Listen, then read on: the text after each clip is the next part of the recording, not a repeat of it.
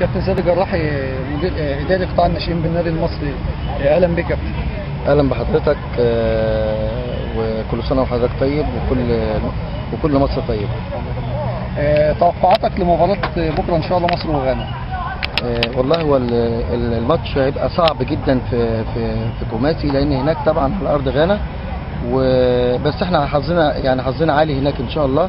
واحنا بنقول الماتش يتلعب ما يبقاش فيه نتيجه ايجابيه ليهم، يعني حتى لو وصلنا لنتيجه سلبيه فان شاء الله في مصر تبقى ايجابيه، وهنحاول ان شاء الله نعوض في مصر.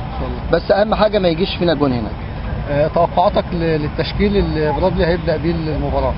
والله ديت التوقعات ديت بتاعت المدير الفني للفريق، احنا ما لناش دخل بيها، وان شاء الله ربنا طبعا انت عارف مصر بتمر بمحنه صعبه، فربنا مش هيخذلنا ان شاء الله، وربنا هيكرمنا، وهتبقى فرحه باذن الله بدايه مصر ان شاء الله، وبدايه الكوره في مصر، وبدايه اعاده النشاط الرياضي اللي احنا محرومين منه بقالنا ثالث سنه.